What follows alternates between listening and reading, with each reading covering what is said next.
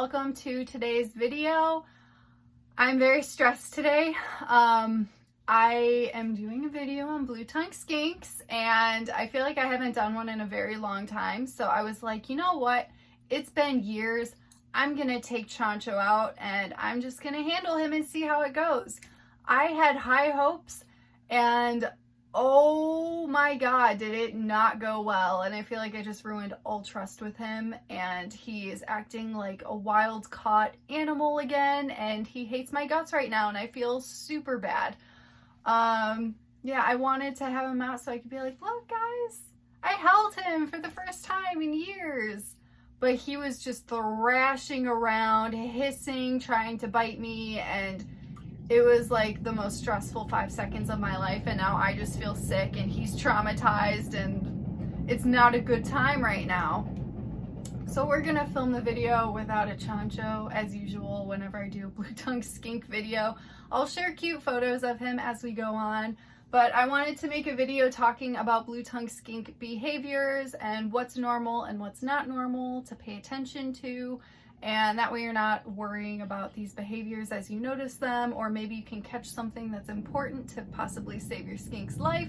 So yeah, hopefully this video will be helpful. If you guys can come up with any other behaviors that I'm not listing in the video, please go ahead and leave it in the comment section, because I love when you guys help out and always add stuff like that, because it really does help everyone else out, because I'm not going to list everything imaginable every single time, and you guys always have really great input. So the first behavior is being very skittish and defensive when you put a blue tongue skink in a new enclosure.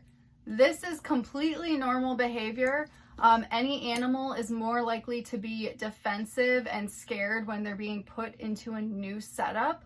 So even if you have like a pretty tame blue tongue skink, if you put it in a new environment, it may act defensive or skittish or just not really be around too much. It'll be hiding a lot. This is completely normal during the adjustment period. And then over time, as they get more comfortable, hopefully that defensiveness will go down. Unlike mine, because mine is wild caught. I didn't know he was wild caught when I got him. I really wanted a blue tongue skink because most of them are very calm and handleable. I never got that out of mine, clearly. But it is very normal no matter what, even if it is wild caught or captive bred. Any type of skink, if you're bringing it home for the first time, if it's acting skittish and defensive, that is completely normal, and hopefully over time they will mellow out. Number 2 is not eating. So not eating is not a normal behavior. However, there are 2 times when this could be actually more normal. One of those times is during that adjustment period when you first bring a blue tongue skink home and put it in a new enclosure. If it's not eating right away within the first couple of days, that's normal, and that's because the animal is stressed out and it's still trying to figure out where it is, and if it's not feeling safe or secure in the setup, it's not going to eat. So those are just things to be aware of. Make sure that you are obviously giving the proper care, proper temperatures, proper humidity, proper hiding spots for your animal. That way it can adjust and feel safe. And then the quicker that they feel safe and more comfortable in their setup, then they're most likely going to get their appetite and want to eat. But it is normal to not have an appetite immediately when you put an animal in a new setup. The second time that your blue tongue may not be eating as much would be during winter time. A lot of them will kind of slow down during the winter. It really does depend on your temperatures. If you're keeping your temperatures within like a normal range consistently throughout the entire year, your skink will be acting normal throughout winter time. They don't normally hibernate in the wild where they come from. So if they do slow down in the winter with you, it can be normal just because of cooler temperatures. But you do want to make sure that you increase it if you are noticing that, because it really isn't natural for them to go into a brumation period. So if they are in that brumation period, they will just slow down and they may not eat as much. They may not have as much of an appetite, and they may be burrowing for a little bit. Mine does do this from time to time in the winter. Like I'll just go maybe like a week, not see him. But this winter he's been very active. We've been keeping it warm in the reptile room though, so that really does make a difference. These are just some things to pay attention to regarding their appetite and why they may or may not be eating and how to fix it. Number 3 is climbing. So you would think that these lizards would not be climbing at all because they have like really stubby, short little corgi legs. And it's false. They actually have very sharp nails that allow them a pretty good grip to climb around on things, and they will climb. The important thing to make sure is that you are not making really high areas for them to climb to, because they're not the most graceful animals and they have really strange, chunky, long bodies, and they don't have great balance. So if you are going to be giving them things to climb on, that's fantastic. Just try to make sure that it's like as safe as possible and not really dangerous or high up or above something that's like really hard, like with rocks at the bottom or anything like that. Because you just want to make sure that they're safe and cushioned, because they are just not graceful beings whatsoever. As much as they do love to climb, it's good to still give them things that they can climb on. You just got to do it in a safe way. Number 4, being active. The activity levels for blue-tongued skinks varies. It seems like it's almost 50-50. They will either be very active and constantly exploring their setup, or they're going to be burrowing and you won't see them. Those are like their 2 personalities. So both of those behaviors are completely normal, and it's not something to worry about. If you are just putting your animal in a new enclosure, they may be like extremely active. That's also normal, because if they're in a new setup, they're kind of freaking out. They're looking for a way out at that point, and that's why they're showing all of that activity. But a normal, comfortable skink will have a pretty normal activity range, and you will see them exploring, enjoying enrichment, climbing on things, doing things, or just burrowing, which is completely normal. 5 also, by the way, is burrowing. Already mentioned it. It's very normal. It's like the other half of their personality, the other 50% of their life, and what they're going to be doing. Number 6, if your blue-tongued skink is making a whistling sound. So if you're hearing a whistling when they're breathing, not coming from their mouth, it'll be coming from their nostrils, that could be an indication that it's a respiratory infection for your animal. So these come into play when your humidity is off or the temperatures are off. So it's just really about making sure that you're giving the proper care. It can be a little bit confusing with blue tongues because there are Indonesians and then there are Northerns, and both of them require different humidity requirements completely. The Indonesians need really high humidity, and then the Northerns need a low humidity. So if you are like switching the care or doing the opposite of what the animal needs, they can get sick. And then one of the indications that they're sick is going to be that whistling sound from their nostrils. Another thing that would happen if it progresses and gets worse is that you will notice mucus coming out of their nostrils, or they may constantly keep their mouth open and be like mouth breathing. Those are like way more serious signs of respiratory infection. So if you see any of those behaviors, they're not normal, and that would be a good indication to check on your humidity and your temperatures and make sure they're in the right range, and possibly seek medical attention through an exotic vet. Number 7 is lounging in the water bowl. This is actually not a normal behavior.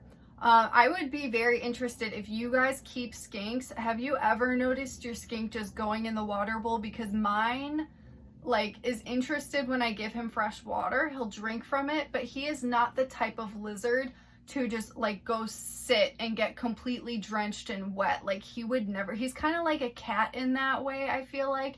And I'm not sure if it's like that for all blue-tongued skinks. However, if you are noticing that your skink is doing this all the time, that's actually not a normal behavior, and it could be an indication that your skink has mites. So a lot of reptiles, when they get mites, they like to go in the water because they're trying to kill those mites off of them and drown them. So just something to be aware of. If you're noticing that your skink is doing this a lot, it's definitely not a normal behavior for them, although if some of them do, I would be very surprised to hear that a lot of them like to just go in water, because I really don't think that's something for them. They're not swimmers. Look at their body, look at their little legs. Like, these guys are not built for swimming whatsoever. So definitely something to be aware of. If you are noticing that yours does this, a great thing to do is to check your water bowl, look for any like little black bugs in there, check your skink, and possibly see a vet if you're not sure what you're looking for, just to make sure that your skink doesn't have any mites. Number 8 is peeing when handled. This is actually a pretty normal behavior. It's also just defense in a way, but also just your skink being very scared and not comfortable with handling. I am shocked that I did not get peed on today. I was expecting it any second because he was just thrashing around and extremely unhappy. That's why I just leave him alone and don't put him through it. I don't know why today I thought, oh, maybe it'll be better today. Nope, it's not. It's never going to be. Like, that is him. But if they do pee, that's just, they're scared and they pee. It happens, and that's completely normal. It's not like a medical issue that you need to be concerned about. Just respect their boundaries. If you have a skink like mine that's just extremely unhappy with handling and it's just not really worth the stress to handle them anymore, avoid getting peed on. Just enjoy them for who they are, respect their boundaries, and don't push it on them. I need to take my own advice and just not handle him because that was just not worth it at all.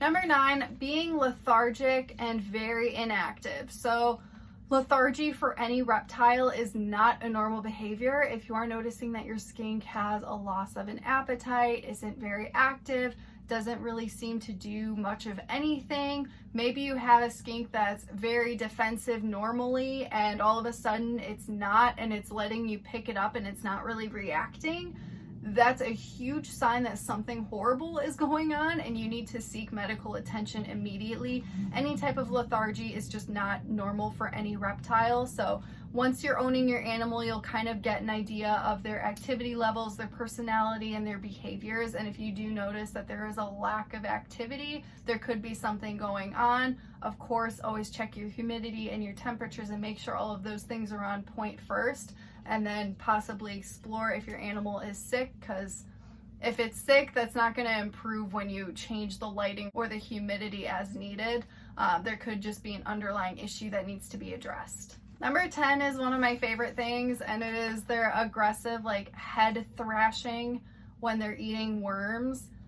This is a normal behavior for all blue-tongued skinks. It is just how they decide to kill those worms, or just any bug in general. You will notice the head thrashing. Just something to be aware of. It's just one of those special, quirky blue-tongued skink things that, like, other species, you won't really see them doing it as much, although I think monitors do it as well. But yeah, blue-tongued skinks, they're going to be doing that head thrashing while killing any bugs. 11 is tongue flicks. So blue-tongued skinks are known for their blue tongues. If they are sticking their tongue out ever, completely normal. A lot of the time when they're comfortable in captivity and they're sticking their tongue out, they're using it to taste their surroundings with their Jacobson's organ. So it's completely normal. They're looking for their food. They're just checking out their environment. It's how they're smelling their environment and taking it in, and completely normal. They also do it for defense. If in the wild, I feel like I honestly have never seen mine do it as a defense in captivity. But in the wild, if they see another predator, they will stick their tongue out. The predator sees that blue tongue, and it's supposed to indicate that it could be poisonous and make the animal not want to eat it anymore. So I've never seen that, though. I'd be very interested. If you keep a blue tongue, have you noticed that yours sticks its tongue out as a defense? Because I've only seen him sticking it out when he's looking for food or smelling his surroundings, but never as a defense. So I'm very interested to know if others in captivity actually do that as a defense mechanism. Number 12, staring at you or coming to you for food. This is completely normal, and it shows that you have established a relationship and trust with your animal. They trust and know you. They know that you're the one bringing them food. I'm gonna have to do this a lot to make up for the fact that I just handled and traumatized mine. But when they are coming to you for food, that is a wonderful sign and completely normal, and it just shows that they're adjusting and comfortable with you and their setup, and they have an appetite and they want that food. These guys have very, very big appetites, so they will be wanting to eat constantly, so it's important to not always look into that little puppy dog face and be giving them snacks all the time, because you also don't want no obese skink. And the last one, 13, picky eaters. Completely normal. I've noticed a lot with blue-tongued skinks, they don't want to eat their vegetables. They're like little toddlers. So basically what I do is I buy a dog food that has raw meat. It's what I feed my dog. And it also has vegetables and a little bit of fruit in it as well, like mixed in. So that's a really great way to just get your skink to eat some food. And then other than that, if you have like raw meat or eggs or whatever you're feeding your skink, just shove tiny little pieces, cut it up into tiny, tiny little pieces, leafy greens and vegetables. And while they're eating all of that other stuff, they'll get it in their system.